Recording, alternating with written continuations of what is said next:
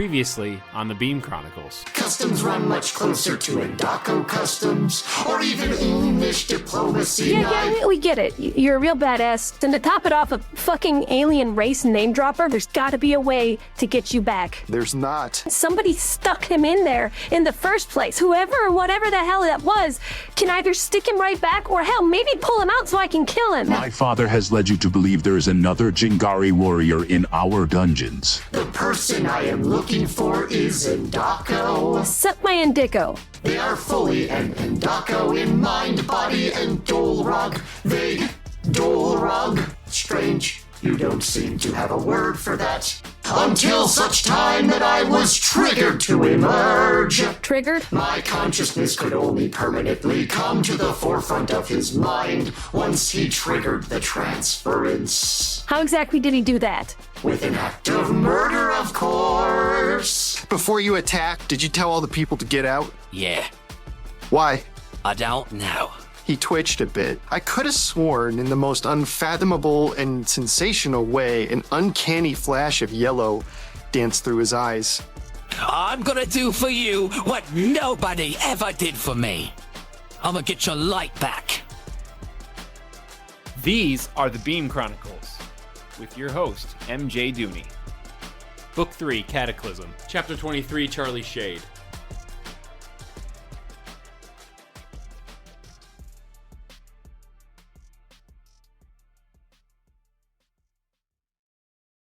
Who are you?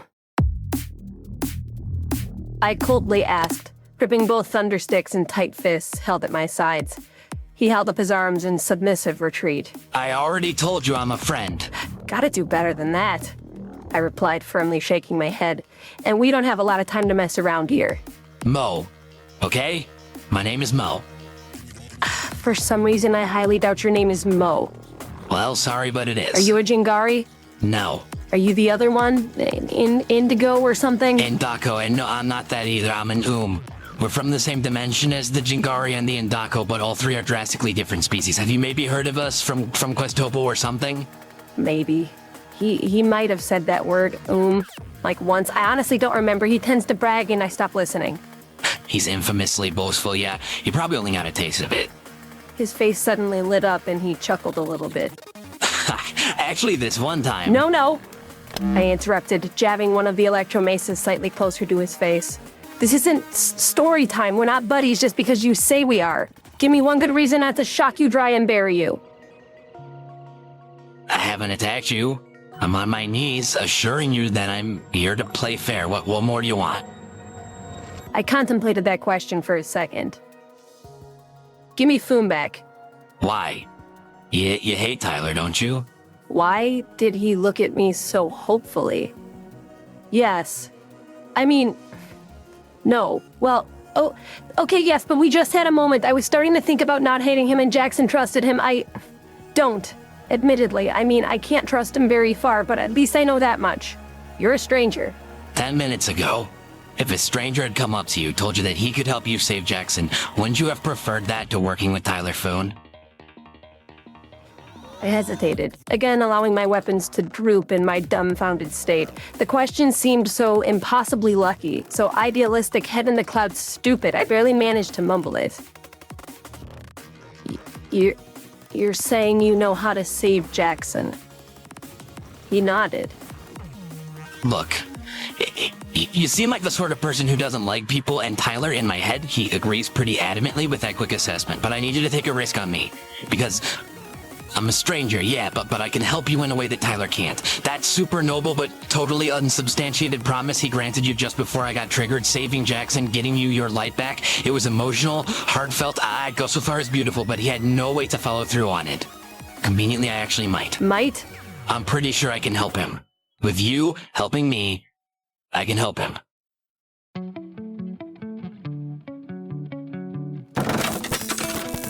I let the electromaces down all the way, releasing them clanging onto the floor, tried to swallow my heartbeat as it crept all the way into my throat, racing at the impossible good fortune. He sighed in response, finally relaxing. Mo placed a hand on his chest and panted a few times, noticeably feeling his lungs go in and out, smiling wryly, like that was a novel concept to him. I ignored it. How? How can you help him? What are you going to do? What do I have to do? Well, okay. I'll tell you soon, but I need to figure some things out before I do. Talk to you a little bit, make sure of some stuff, okay? Question dodging and hidden agendas were things I was accustomed to, but at least when this guy did it, he acted sheepish and remorseful about it.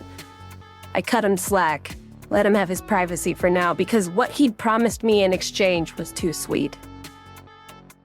First thing, where's Questopa right now? Paralyzed, in the sky, only temporarily. When that wears off, he's coming for you. Yeah, of course. How long do we have until he attacks? A few hours. Crap. He grumbled, getting up to his feet.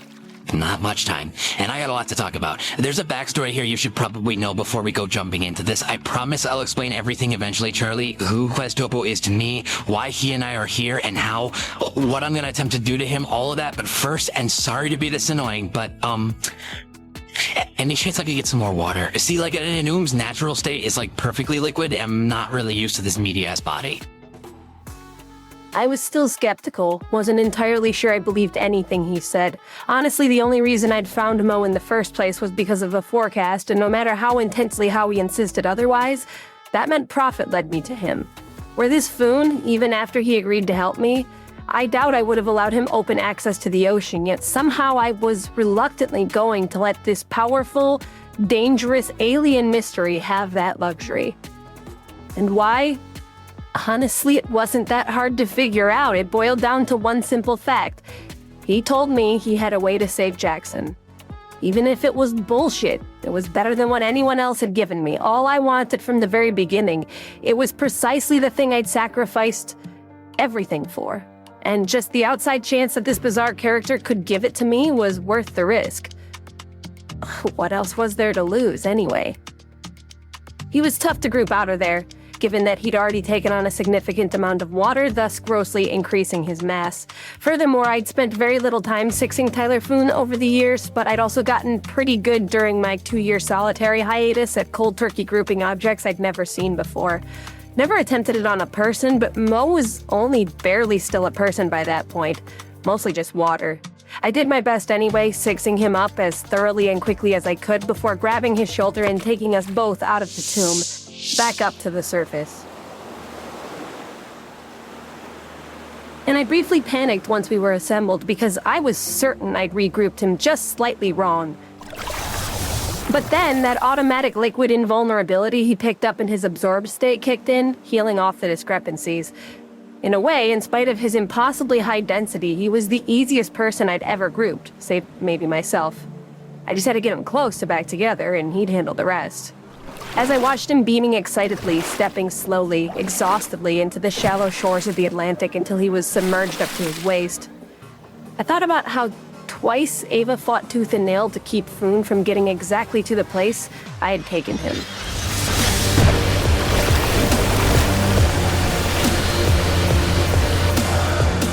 And as he threw out his dark blue arms and began sucking up water from all directions in a howling whirlpool, I quickly recognized it was a very good thing that we had successfully prevented him from getting here in the past.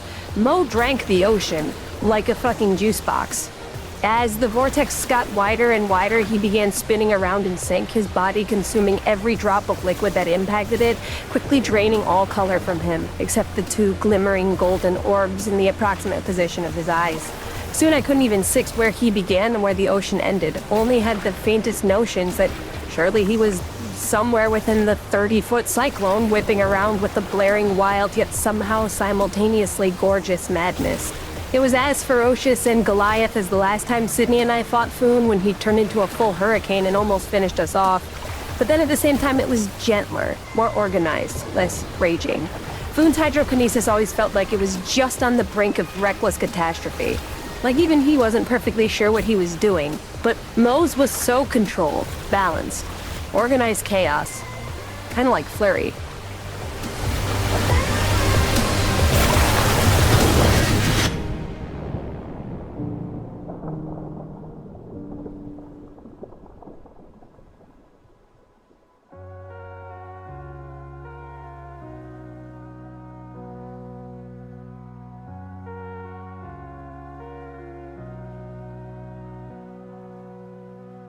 When he finally stopped spinning and taking up water, instantly hushing the thunderous noise, a light mist shot from him in all directions, and the sunbeams refracted through the droplets into 100 tiny rainbows. There, up in the middle of the spectacle, was a man, a transparent man with jets of water spewing out of the soles of his feet, slowly descending back down to the sand, landing a few feet in front of me.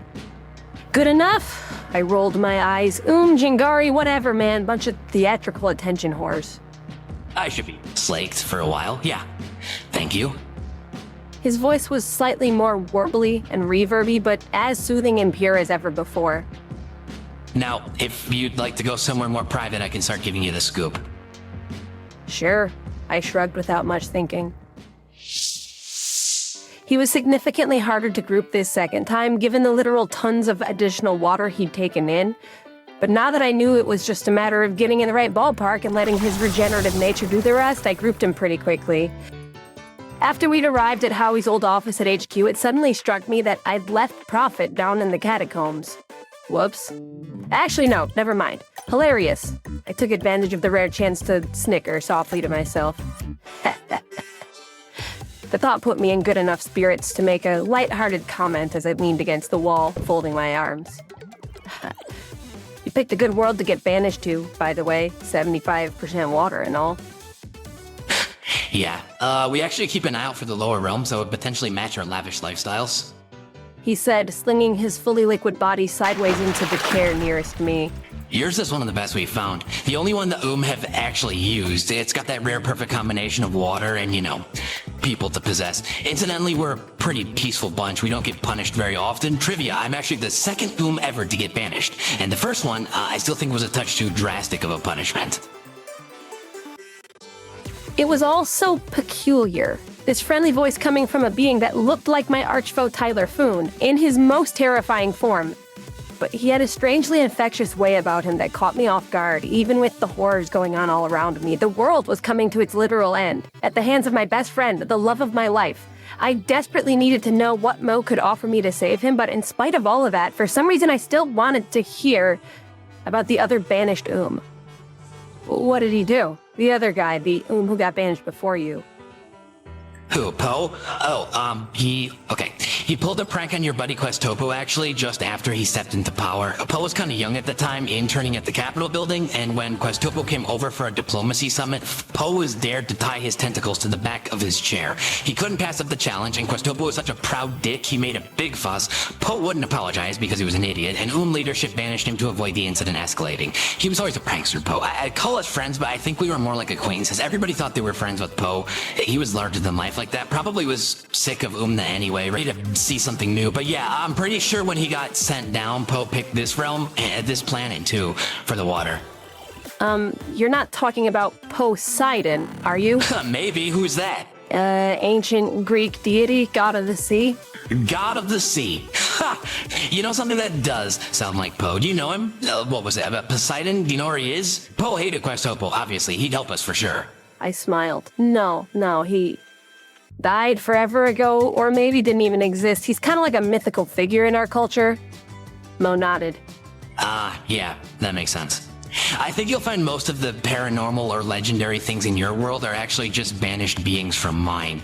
Prison realms have this strange way of sensationalizing things that are abnormal. Second somebody shows up who can do something they can't, they immediately either start them on fire or start a religion. And it's about as close to 50-50 as you can come which one of those they pick. Typical Poe luck, by the way. He gets worshipped as a god. I get thrown in super desert jail. I bet I get triggered right away, too. Hey, yeah, how did that happen? I remembered to ask. What's the trigger? Quez said his was murder. He thought for a second, grumbling softly. Sorry, I'm just trying to find the proper word. I access my vernacular through Tyler's psyche, his brain, the same way Questopo does it with Jackson's brain. But the way you speak, manipulation of pressure waves in the air, it's super weird in itself for me. I can't do it on the fly without a bit of effort. It's very similar to how the Jingari speak, though, which is why Questopo doesn't so easily. Incidentally, I speak Jingari because I was the ambassador to Jingar for a while, so I probably should be managing this a little better than I am. Hey, Mo? Yes, Charlie? What's the trigger?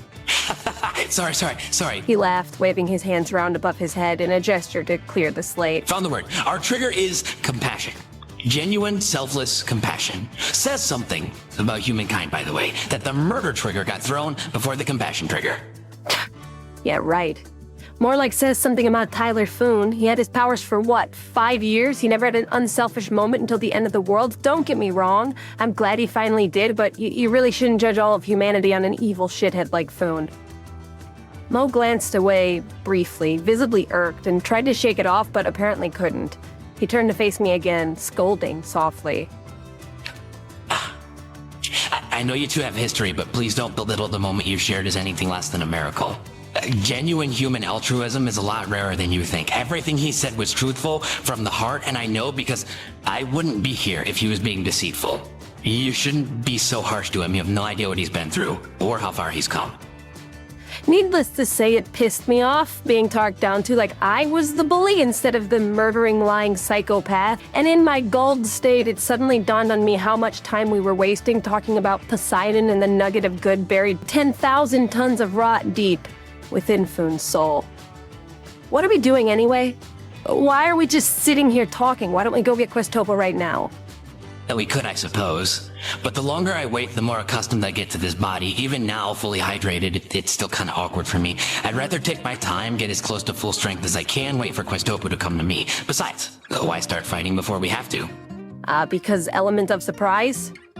He smiled slightly. We wouldn't have it. The Jingari are people always ready for an attack. Lots of infighting, power struggles and such. Specifically for Questopo being the, He drifted off, stroked his chin with a watery hand. Shoot, what was his bloody title? I really should know this. Oh yeah, Warrior General and Supreme Ruler of the Jingari people of Jingar, that's it. Anyway, back home, other Jingari were gunning to usurp Questopo's throne like every possible second. Going to him now, engaging him while he's injured or whatever, he'd expect it. Plus, it would only insult him to kick him while he's down, and trust me, you don't want to fight an insulted Jingari. Pissed off, sure, but insulted. Scary thought. So what, we just sit here and wait for him to come to us? Yeah, you're kind of summarizing Umnish battle strategy there, Charlie. I mean, we'll get out in the open once the fight's a little bit closer, but yeah, I'd love to take this time to answer your questions. I think I already mentioned that. Fine, here's one. I responded, still a little miffed. What do we do if he just pushes the planet into the sun and rolls out? Oh, he won't. Hey, he's pretty much the worst thing I've ever met. Me too. So then why do you assume he won't push the planet into the fucking sun and roll the fuck out? Because I'm here, Charlie. The only reason he's in this realm in the first place is me. He won't pass up the opportunity to kill me, trust me. I knew it was true because Quez had practically told us as much. From the get-go, the only thing he had ever requested was Tyler Foon, or Howie's mysterious Indako prisoner, and he offered to leave the planet completely in exchange for either of them. We thought at the time he was looking for Foon himself, but gosh, it made so much more sense that he was trying to find Mo all along, especially if they knew each other. He killed 1 billion people, destroyed my family, recklessly scoured the entire globe on the mission, just hunting for Mo. What'd you do to him anyway? I asked in a hush as it all dawned on me. Okay, that is a long story, but probably best to get into it. I'll try to shorten it. I tend to be a little long-winded sometimes. Kinda noticed. You might want to sit down, relax or something. I'm good. Are you sure? I think you might be underestimating. Mo, tell me the damn story so we can get to the part where you explain what you're going to do to save Jackson. That's really all I care about. He nodded rapidly and apologetically and spoke with the subtlest twinge of disappointment. Duh, of course. Of course, sorry. So, for as long as anyone can remember, about as far back as our vast history records take us, my entire universe has been under the control of an incredibly powerful alliance between 3 species. The that's me, the Jingari, that's Questopo, and the Indako. This alliance was robust, sturdy on every fundamental level, because each species had strengths to balance the other's weaknesses, and each had its own role to match. The Jingari, for example, were the conquerors. They'd go from world to world, imposing their wills through shows of force, until the inhabitants would surrender, expanding the alliance's empire. It was a role that suited them, being immensely powerful, generally violent, and infamously detached from, morality, I guess. These are generalizations, of course. Some Jingari were downright sweet, but culturally speaking, they tend to value combat and conquest above all else. They entered the Alliance purely for the ability to take part in that without fear of retribution from other peoples. Phase 2 of our imperialist strategy went to the Indako, who were widely regarded as the most intellectual of the three. Scary brilliant, incidentally horrible fighters, frail and fragile, but then dangerous in another way. See, Indako can distort perception. They can implant memories, quell the shivering embers of rebellious uprisings left in the wake of Jingari destruction before the natives overthrew Alliance control. What was in it for them? Learning. Their quest for knowledge was practically boundless. They would soak up all the technology and information, language and culture, books, every single thing they could on every planet that had already been laid to waste by the Jingari. And look, say what you will about the Jingari, they could be spiteful, wicked, demonic plague of assholes. Trust me, as ambassador, I lived with them for most of my life, I know, but at least when push came to shove, they had interpersonal connections, kinship, bloody emotion. For as vile as the destruction of the Jingari was, and it tended to get pretty barbaric, Indako brainwashing was worse.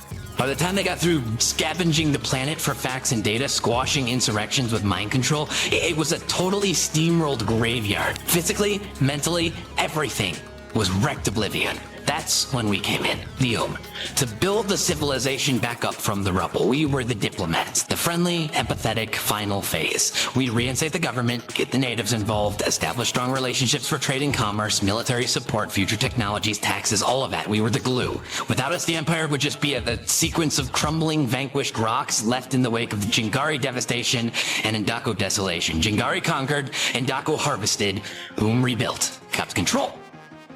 But why?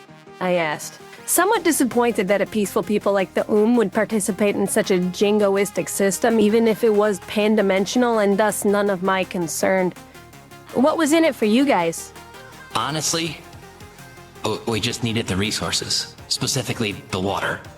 And I know, terrible answer, but it was about as scarce in our universe as it is in yours. Umna, our planet, has tons of it, kind of like Earth. Jingar had a lake or two, and Dak was basically a desert. But the vanquished planets, every one we hit, bolstered our limited supply of what essentially boiled down to our life force. Was it shameful to be a part of all of this just to keep wet? Absolutely, but simply put, we couldn't sustain ourselves on the water we had on Umna alone. Besides all of that, if we had defied the Jingari and the Indako when they approached us for the Alliance, they could have easily just droughted us and waited it out. Better to be in league with the devils, to clean it up as best as possible, attain small victories where we could. Right? It was a logic circuit that ran very familiar to my rationalization for being in Ava my entire adult life, so I couldn't exactly refute it even if I wanted to. Anyway, that was how things worked for centuries, eons, maybe. And the Alliance's domain was mighty, impressive, strong, big, and growing. Everything operated smoothly, seemed to be set up for operating smoothly forever. Until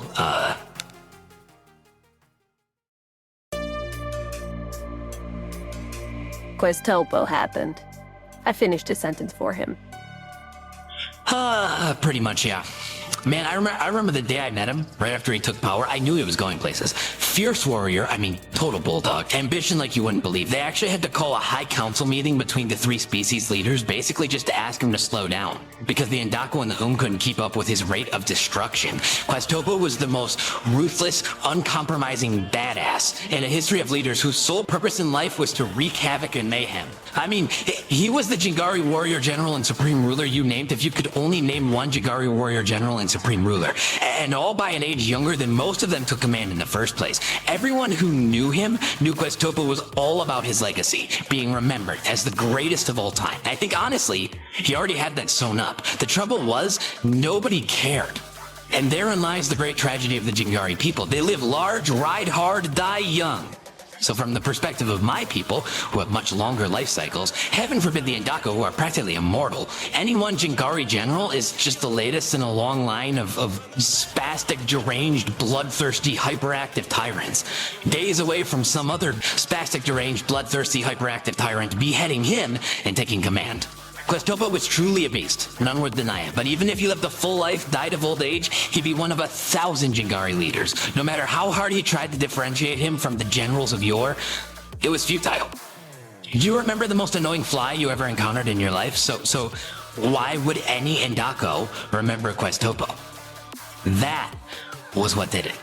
That was the notion that tipped him from ambitious warlord to total madness. If they just lied to him, appeased him, acted like he was more important than he was, inflated his already bulbous ego, remembered his damn name, we would have been fine. He would have gone out like a flicker of light, never would have tried to do what he did. I waited what I considered to be an adequate amount of time for Mo to proceed. When it became awkwardly clear he had no intention to, I cleared my throat, perturbed. Well, what did he do? Mo averted his gaze, nervously stumbled over his words. He found a loophole in one of our oldest traditions. Something that would secure him infinite power and sever his need to be in an alliance at all. He positioned himself so that, were he successful, nobody would ever forget his name. Come on, Mo. This talk is supposed to be about building trust between us and answering my questions. You gotta tell me more than that. I know, but... He faded out, brushed his hands over his head. Because he was all liquid, they combined into his skull as he ran them past, and I smirked at the humorous effect. Once he had them back in his lap, he looked to me again. Please don't make me say more, Charlie. He earnestly begged me. It was all so dastardly, so purely evil. Questopo's plot, when I discovered it, it was the most... He faltered off yet again, took a bit to refocus himself, plan his words. Do you maybe have a moment in your life where you realize something so utterly shitty, you wish you could forget about the entire thing forever? I had a few, in fact. But instantly I remembered the failsafe. That tiny baby girl down in the oubliette 2 years ago, watching her squirm and scream in her glass prison as how he tortured her to bring me back to life.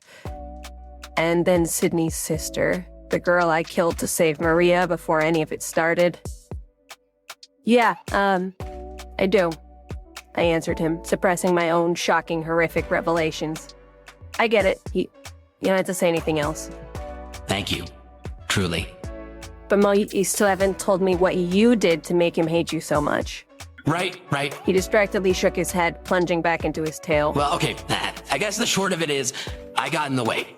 I stopped him before he could destroy everything. When I figured out what he intended to do, I tried to rally my brothers and Endako leadership to intervene, but they wouldn't even believe me that it was happening. And I couldn't really blame them for their doubt. I was a lowly ambassador to Jingar, 2 generations removed from any kind of actual leadership. Plus, what I was saying was ludicrous. Questopo, meanwhile, was the top dog. If they accused him, prosecuted him on my testimony, and I was wrong, it would be interplanetary war, and nobody wanted that against the Jingari. So I took it on myself, on my own. Before he could secure that unparalleled power and wipe out all of civilization, I stole from him the key object in doing so, the linchpin to his plan. I took it, I ran away, and I hid. I didn't know what else to do. How did Quez respond to that? Well, with the very same interplanetary war I was trying to avoid, actually. See, he assumed the were hiding me, demanded my release, but they couldn't grant it because they didn't know where I was. So instead, he broke the treaty. He eliminated the oldest alliance in the history of our realm just to ferret me out so he could punish me for stealing from him. And look, the are strong people, you know that. You've fought Foon enough to know we can handle ourselves quite well, but... remember what I said about an insulted Jingari? Questopo was more unforgiving than usual, and by that point, even his army of mutinous rogues were too terrified to defy him. The held their own for a while, but everyone knew eventually Questopo would win. So what did you do? Did you give yourself up? Did you let him banish you? If I would have given myself up, Questopo would not have banished me, that's for sure. And worse than my own fate, if I turned myself in, he would have his gateway to power back. No, even as I watched him slaughter my people searching for me, I didn't come out of hiding. I went to Endok. It was the only peaceful planet in the system because the Endako were neutral in the war. They didn't have a real army anyway, but also decided to step back and allow things to play out, hopefully being available to mediate us all back into allegiance once the dust settled. When I got to them, their leader, Carlos, immediately was just going to give me to the Jingari until I showed him what I had stolen, and I proved Questopo's nefarious plan. Wait, pause. The king of the Endako, his name's Carlos. Yeah. I mean, well, technically he's called an elder, not a king, but yeah, Carlos. Shut the fuck up. No, Carlos is his name. He's literally forever years old. He's soul level and peaceful. I mean, that's really the thing you gotta understand, Charlie. The Ndako are ageless. They're genderless, emotionless, logic machines. Their leader, he's been alive for so long, he's seen everything, as stoic and blank and unwavering as they come. There was a rumor that Carlos didn't even speak anymore. Nothing moves him. But when I proved to him Questopo was designed for takeover, I saw a true, raw, unbridled fear in him. Fear. The oldest member of an immortal species was afraid. That's how bad it was, what Questopo planned to do. Anyway, that's when I got banished. Also, basically why. To put the whole thing to rest. The rhetoric was without me, without what I stole from him, Questopo would give up on the war. Nobody would have to accuse him of anything. Nobody would have to insult him further or attempt to hold him accountable. The war should have disappeared without me driving it. What he was searching for would cease to exist, so what would be the point of fighting anymore? Did it work? Did taking away his obsession end the war? I mean, I don't know for sure because I was in here in Tyler while things were wrapping up back home, you know, but I don't think it did. The fact that Questopo also got banished is a pretty good indicator that some other stuff went down in my absence. He obviously pissed somebody off. Unless he just hated you that much and he came here in pursuit of you. That would be a noble, valiant, romantic sort of notion, wouldn't it? And none of those are adjectives I use to describe Jingari, least of all Questopo. But besides that, you can't banish yourself anyway. That's not how.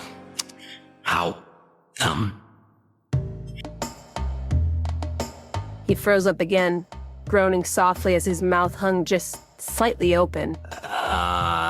Looking for a word again? I smirked. Huh. Yeah, but it's strange. I don't think you have one. And damn, your language is so cumbersome and restricting. Like, you don't have any way of constructing new vocabulary that other people will understand on the fly the way most languages do. It's frustrating, seriously. Talking to you like this, it's probably why I'm so rambly. These concepts are expressed instantaneously in Umnish. It's a mind language, not a sound one.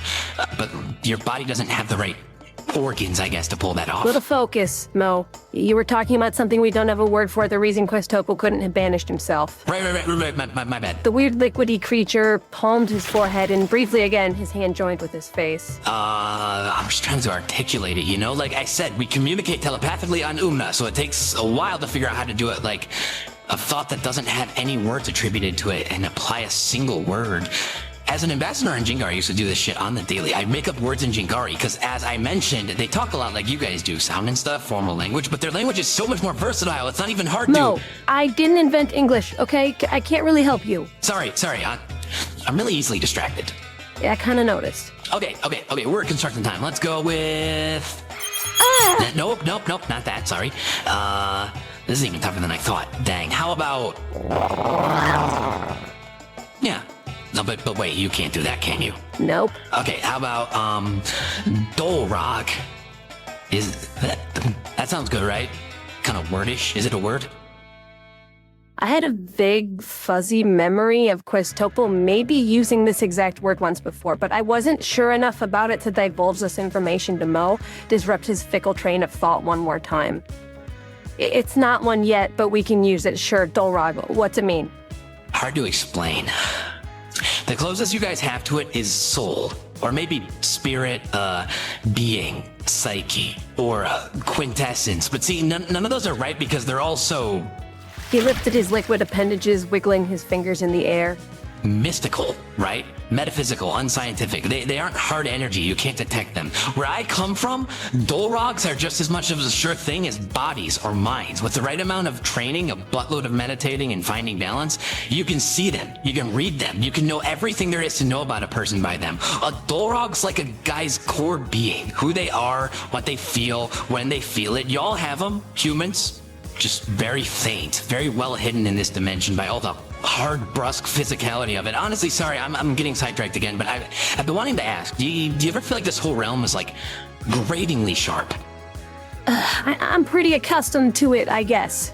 Right, duh. Only ever been in one universe. You don't know the difference, sure. Okay, anyway, but Dolrog banishment to a lower dimension is the ultimate punishment where I come from. You guys all live in what we consider to be prisons. Sorry. I couldn't have been less offended. So when we banish someone, be they or Jingari or Ndako or any other race to a prison realm, what actually is happening is we fuse their Dolrogs with one of the natives, typically at random. My Dolrog is fused with Foon's. Questopo's Dolrog is fused with Jackson's. But there are certain stipulations, of course, on who can perform a Dolrog banishment. These stipulations were given to us by our goddess from another dimension, one higher than ours, but let's just focus on the 2 layers for now, alright? I nodded, thankfully, impatiently waiting for the part of his rant that struck me as remotely relevant. Anyway, the rules. To perform a Dolrog banishment, you gotta be favored by the goddess, which breaks down into 3 components. Number 1, you have to be one of the 3 allied species, Jigari, or Ndako. That's rule 1. Rule 2 is balance, but that one's kind of obvious. You can't banish a Dolrog unless you can see them, and you can't see them if you haven't studied the art of doing so, which requires your own Dolrog to be in perfect harmony. Beyond the fact that you can't move your own Dolrog, this is the biggest barrier to the Questopo banished himself theory. Dude's hella angry, hella unbalanced, has no interest in that sort of thing, so he can't banish anybody. Wait. Can you? Is that how you're gonna save Jackson? Can you banish Questopo? Put him in someone else?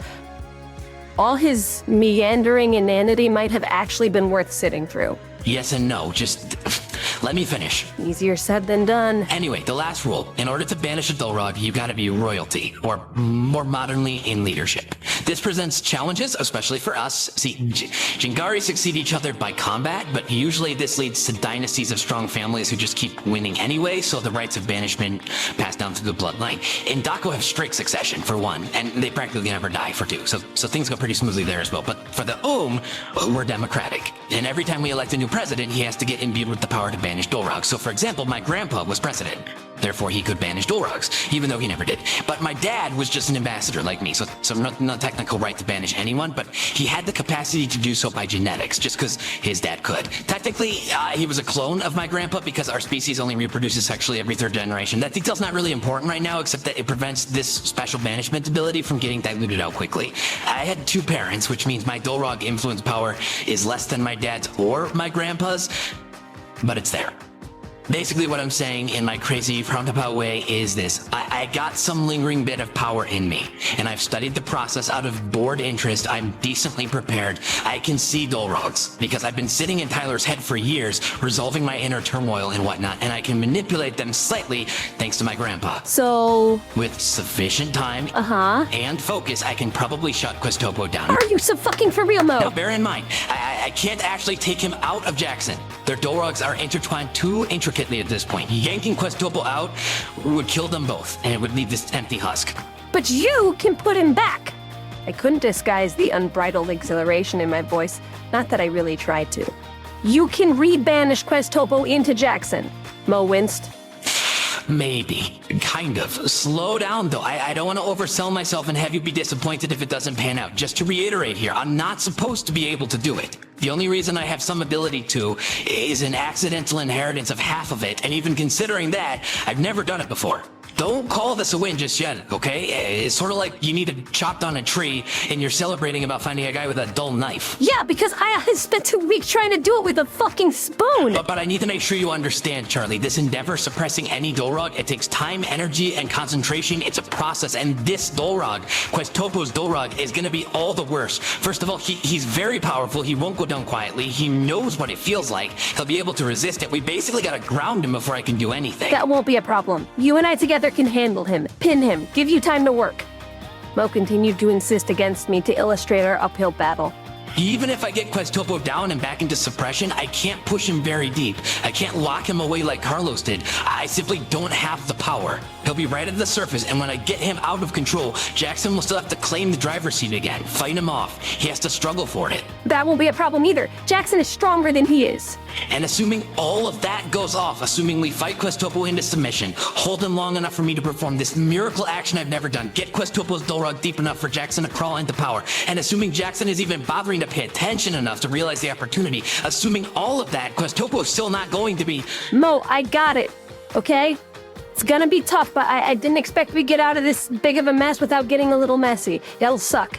Fine, but this is all a step in the right direction. This is better than what we got going on right now. We'll figure it out from there. Jackson and I will overcome it. Hell, we've been overcoming shit like this for our entire lives. We'll overcome this too. Are you certain he wants that, though? Yep, How? because I want it. He'll do it for me.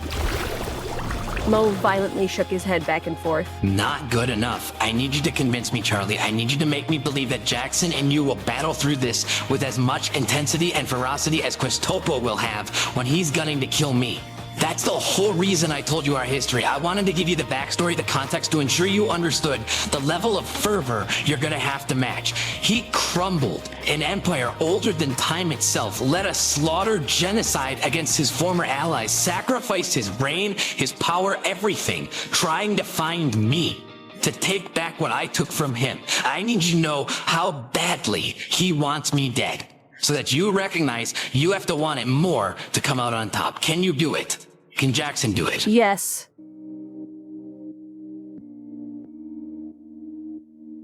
I roundly declared it without a second of pause.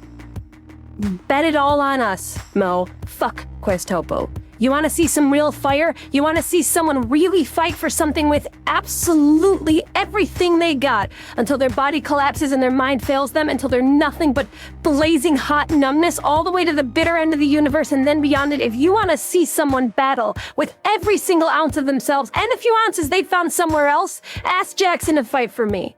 Ask me to fight for him. Ask either of us to fight for Sydney, and you give me a way to save him. You give us a way to be together again. I don't care what it involves. We're all in. Quest is looking for what? Vengeance? Vengeance can choke on the biggest, fattest dick in the world. It's got shit on us. There is no motivator that beats love. It was so hard to read the emotions on his translucent face, specifically from across the room.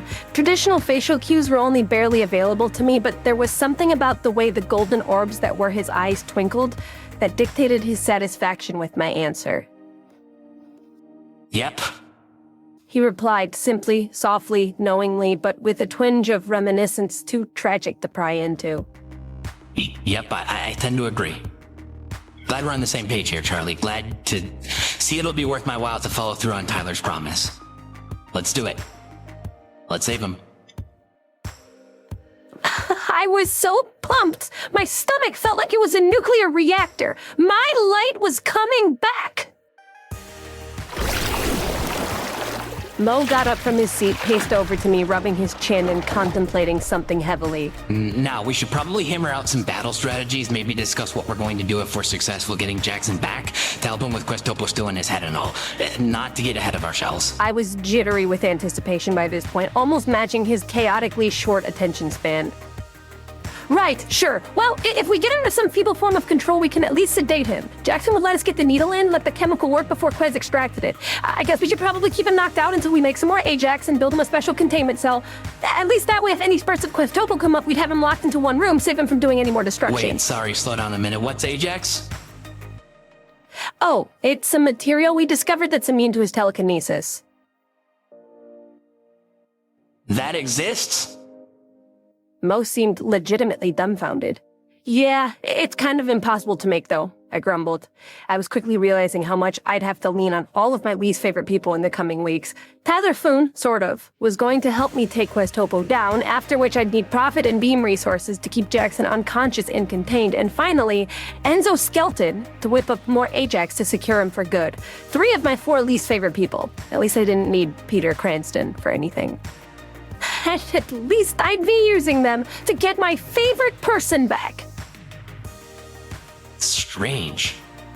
I'm surprised we didn't discover that back home. I mean, the Endako for sure should have had the science, the understanding of Jingari telekinesis to work it out. Maybe they did, and they were just holding out on the while we got massacred. That sounds kind of typically Endako now that I think about it. But anyway, how'd you all discover it? We didn't. Some genius mystery scientist dude we captured years ago had it in his notes from way before Jackson even manifested. Victor Kavorsky. Heard of him, by chance? Mo smiled, this bizarrely satisfied, almost relieved sort of smile. Actually, yeah. Vic is an old friend. I know him very well. Right. That doesn't surprise you? He stammered, a bit taken aback. I just shrugged. No, it makes sense. I was kind of starting to suspect maybe Kavorsky wasn't human at all. Seriously, why's that? He just seems to know shit before he should. Like, we read a message that referenced Questopo, written before anybody else had heard of him. Can I see it, this message? Actually, I doubt it. You need an Ajax lens to view it, and the only samples of the stuff we still have are too tiny, but here, I'll show you the notes anyway. I rested my hand lightly onto his liquid shoulder, not breaking the surface tension of his body, and grouped us up into Phil's lab. Over there, on the desk. I informed him with a lackadaisical gesture. Mo nodded, then jolted across the room by converting his body into a jet of water, spurting up to Phil's desk before returning to his human-shaped form. I snorted at his showboating, but I guess it was probably slightly faster than walking. This is unbelievable. He breathlessly gasped, glaring at the pages of notes sprawled out on the desk, smartly without touching them, since his water body would probably ruin the paper. I never knew Kavorsky learned how to...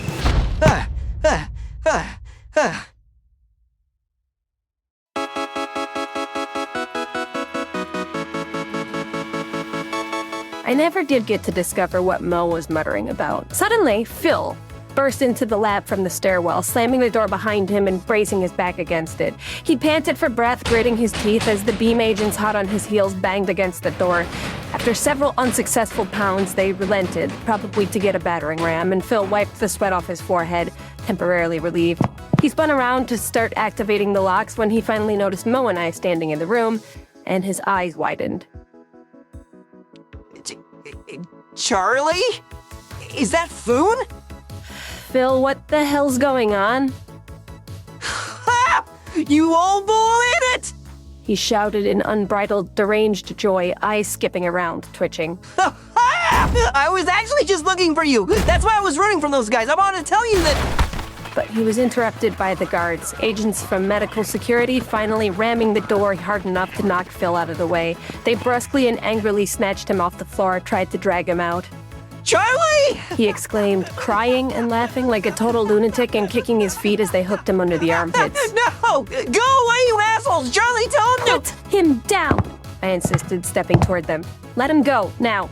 The guards were too shocked to ignore me, nor to let Phil go gently, and he fell onto his back, head bouncing off the floor, cackling and holding his ribs. I walked across the lab, got up next to him, and squatted down, half prepared to put a bullet in his head to end his psychotic misery, but once I got there, he hoisted himself onto his elbows, then threw himself around my neck.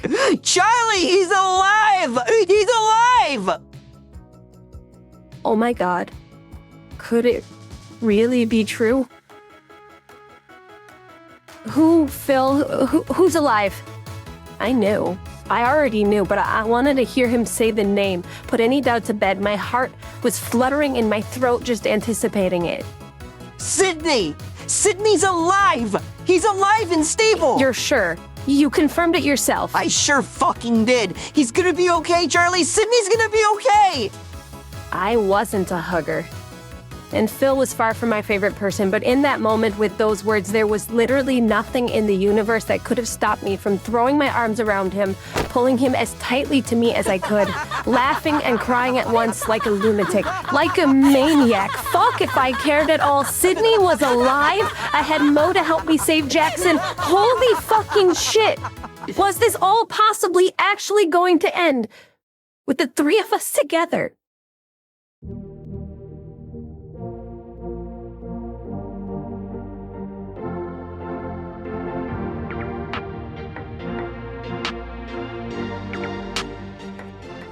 What did I tell you? From here to the end, it's gonna get better. Mo soothingly said from across the lab. I never got tired of hearing it, especially now that it seemed to be coming true.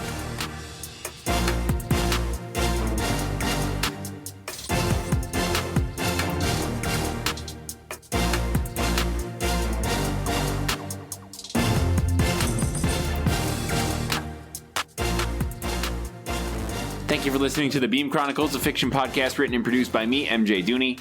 You know this first part. Instagram, TikTok, YouTube, Twitter. You can rate me on Spotify and or Apple Podcasts and email me, beamchronicles@gmail.com.